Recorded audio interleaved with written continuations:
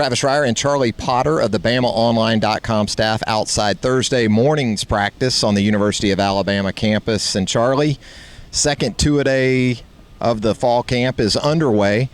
Didn't detect a lot of pop out there first thing this morning, about what you would expect at this stage of fall camp, although we did see some guys who've been limited at best out there trying to give it a go, and some new guys wrapped up a little bit, working through some tweaks.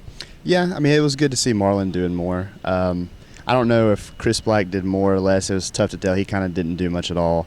But like you said, they didn't seem to have that gusto this morning. I heard Nick Saban and Lane Kiffin multiple times, get after a guy. And that's to be expected. I mean, it's the dog days of fall, and I'm sure these guys are a little bit tired. But, yeah, I mean, other than that, nothing really out of the ordinary.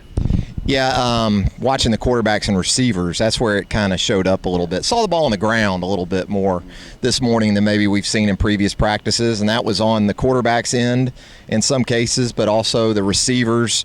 Watching the tight ends, they did some good things. And they broke up quarterbacks and worked. Well, not really broke them up, but they sent Cooper Bateman down to work with the tight ends, so he got some work with those guys. The other four worked with the wide receivers. Other than that, not a lot to discuss as far as quarterback play is concerned. But something I wanted to talk about this morning was the inside linebacker position, and we kind of heard Nick Saban talk about it last night with Reggie Ragland's versatility and also what they expect out of the other guys, and a lot of layers to it, and kind of speaks to the depth of the defense in general.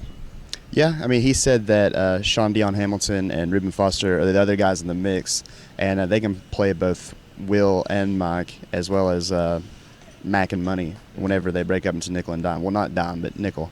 And, that says a lot. I mean, we've seen a lot of Dylan Lee going forward, and I think he can play those positions. But at the end of the day, I think it's a battle between Reuben and Sean Dion to who steps in beside Reggie, because we know Reggie's going to be the steadfast of the defense. I don't think there's any question about that.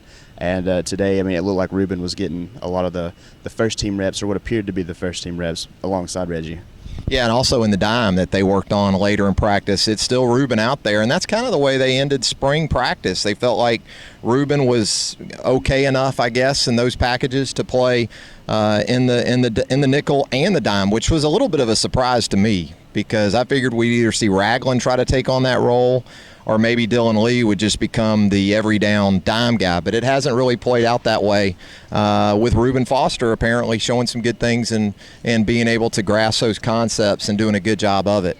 Anything else that you saw out there? We did see the dime a little bit more today, and there was Minkah Fitzpatrick once again. And, again, multiple roles we're seeing for this guy. Yeah, he looked like he was at the first-team star position.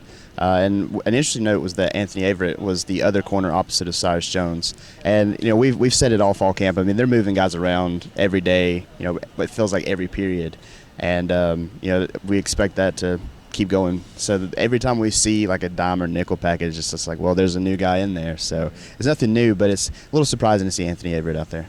Yeah, it is, although I think the competition at left corner is legit. At this point, I don't think it's about lighting fires or anything else. I think they feel like they've got 3 or 4 guys that they can rep in there and compete, and Tony Brown is certainly one of those guys. Marlon Humphrey we saw back in that mix today, so a lot of depth in terms of competition. That's a good thing, always is. And you're right, Minkah Fitzpatrick, I think he could work star or money and play corner. So his track is starting to resemble to me Mark Barron a little bit in 2008, in that they started out more with the sub packages with Mark than they even did at safety.